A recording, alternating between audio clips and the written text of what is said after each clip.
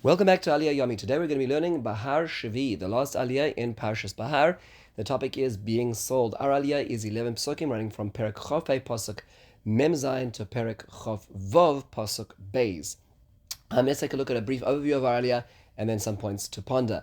The Aliyah tells us, the Torah tells us, that if a ger v'toshavimach, a non-Jewish person who's living in the land of Israel, becomes financially very successful, and a Jewish person becomes impoverished, and that Jew will be sold to the non-Jew because he needs financial means to be able to regain his footing, and he sells himself to the non-Jewish person. In that case, the Torah tells us that he will have a redemption. How will he do that?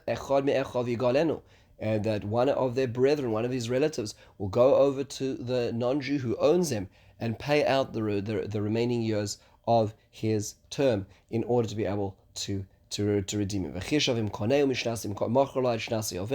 the same way like land works, we'll work out how many years left for the sale until the Yovel, and then it'll be detracted the remaining part. If there's a lot of years, then they'll have to pay a lot of money. If there's a few years, it'll be a less money as well. And again, there's also the prohibition of not treating any slave, Jew or non-Jew, in a way of porech, of meaningless labor, of futile labor.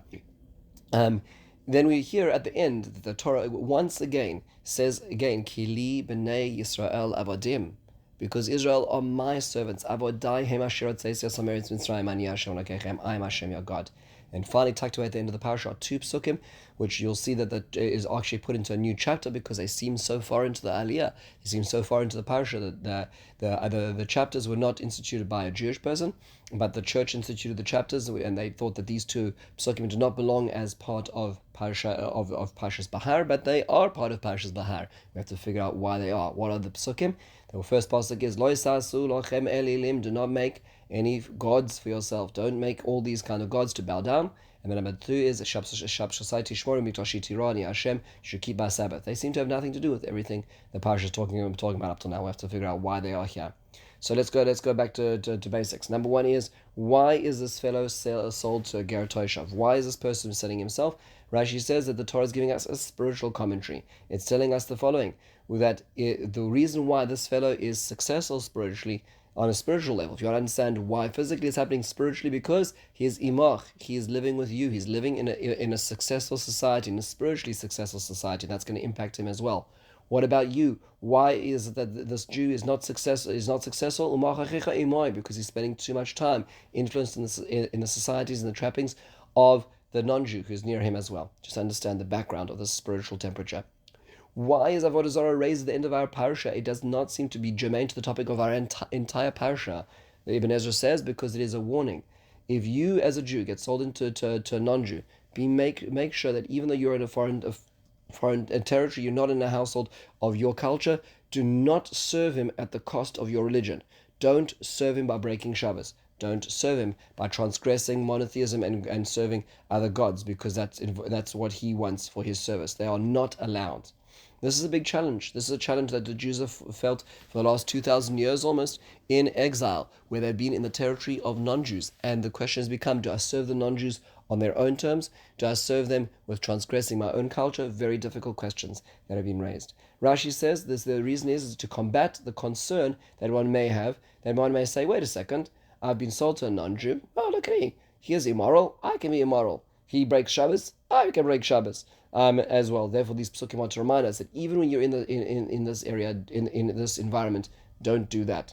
Rav Henoch Leibowitz would ask a very basic question: is that, wait a second, that's not logical. The non-Jewish master is not commanded to keep Shabbos, so of course he's not keeping Shabbos, but you still have to. What's the logic over here? Says Rav Henoch. The answer is because it's not logical. When you're in another environment, you want to stabilize like the environment. Much like when you put a drop of cold water into a hot bath, that cold water will soon, very soon, become hot, or at least hotter than it was. as it normalizes to the temperature what's around it. A Jew who is in a foreign environment wants to normalize the environment, and it's not logical what they adopt. Things which the master shouldn't be doing, like immorality, and things which the master should be doing, which is not keeping Shabbos. But the person will say, I want to be like all of that. And that's the warning over here, is be very, very careful about the environment that you place yourself, or the environment you find yourself in as well. Now, why is Shabbos raised at the end of the parsha? Why is Shabbos put here? That doesn't seem to be related to anything to do with our parsha. Says Orach HaKodesh, number 2 reasons. One is to show that Shabbos and Avodah Zarah are weighted heavily like all the mitzvahs in the Torah. Number 2 is to connect Shabbos with Shemitah. Our parsha starts off with a cycle of 7 in years. It ends with a cycle of 7 in days. To remind ourselves that the significance of Shemitah is like the Shabbos. It's the microcosm and the macrocosm all coming together as bookends of our parsha. Finally, how does our whole parsha hang together? Says Rashi, it is a progression. If one is not careful about money, careful about shvius, and one ends up selling and buying produce during the shvius, they will end up having to sell their possessions. If they end up if they do not do to Shiva, then they'll end up selling their fields. If they do no to the Shiva after that, they'll end up selling their land in their cities. If they will not do to Shiva, then they'll end up having to lend with interest. If their no Shiva is done, then they'll end up selling themselves. And if no Shiva is done, they'll end up selling themselves to a non-Jew. That is a progression of our parsha. It's telling the story of, unfortunately, a person who keeps missing the signposts, a person who keeps making mistakes and is not open to hearing that they need to change their life.